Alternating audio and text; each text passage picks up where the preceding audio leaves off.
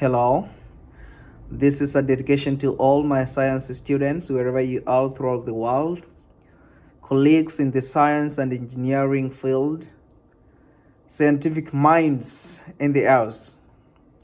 Today, I'm focusing and sharing something in relation to forming and testing hypotheses. And I want to start by saying that forming and testing of hypotheses is a fundamental aspect of the scientific method in both the science and engineering field. And when we talk about hypothesis, we need to understand that it serves as a tentative explanation and predictions that can be tested through empirical evidence, which can serve as a basis for scientific facts. So I'm going to focus on the scientific method, and I'm going to outline the key areas in which we use when conducting an scientific research experiments. So the scientific method has 5 basic areas. The first one being making observations. So before you do conduct an experiment, scientists normally begin by making observations, and this is the basic part whereby you use your 5 senses. What you see with your eyes, what you feel, what you can touch. Then the next phase is the questioning phase, whereby you collect some data in relation to the observations that you made. And then from the data that you have collected, you move to the third phase, that is experimental phase. Here you are going to test any hypothesis that you made. And once you've done an experiment, then come up with an hypothesis. These are testable statements through the experiments that you have just made.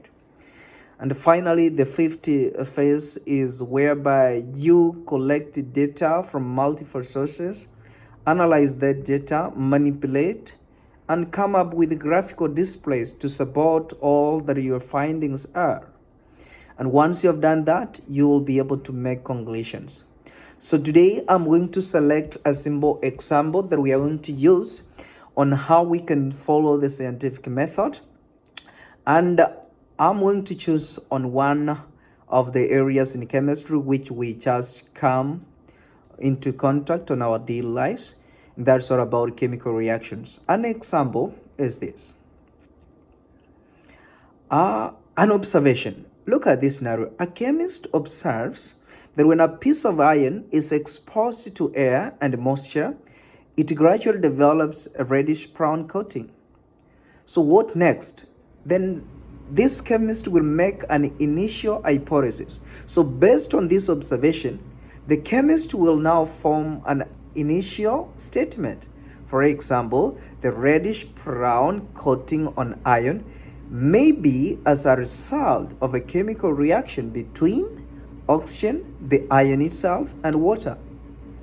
So once you have come up with that statement, then you are going to conduct an experiment. So you move to the experimental design phase. So in this phase, the chemist designs an experiment to test the hypothesis made. Which is the hypothesis?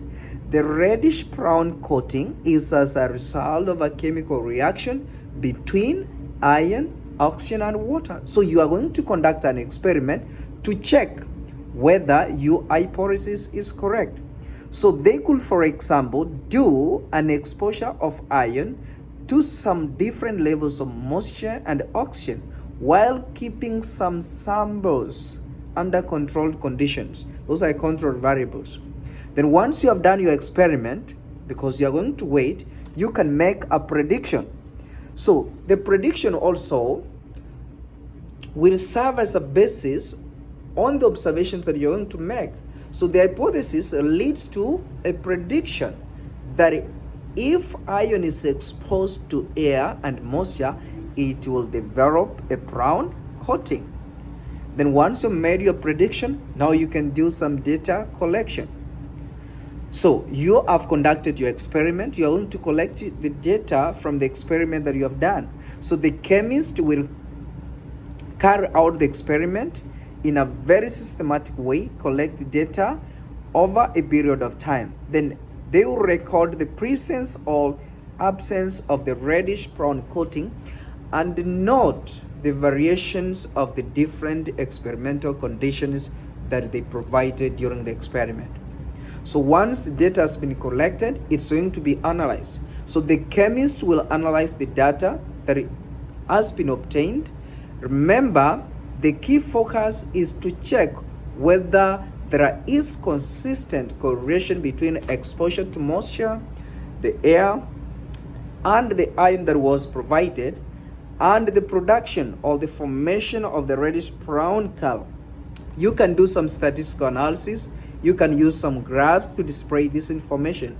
And once you have just found your findings, you'll be able to make a conclusion. So based on the analysis that you have done, a chemist evaluates whether the observed results support or refute or contradict with the initial hypothesis.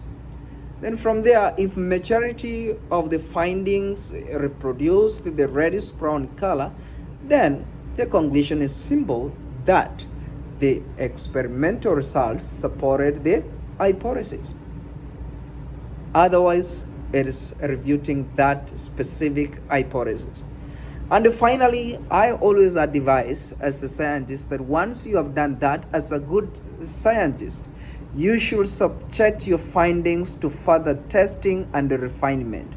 This will enhance what we call in science as reproducibility. Can the same result be reproduced by different independent researchers?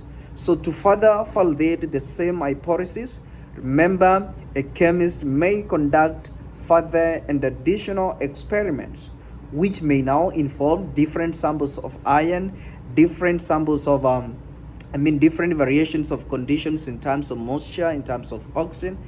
And if the same results are reproduced, then we can clearly say that your hypothesis and your findings are scientific facts. I want to wish you the very best. We look forward to sharing about this, and I will be bringing some live lessons which will be focusing on STEM, that is science, technology, engineering, and mathematics.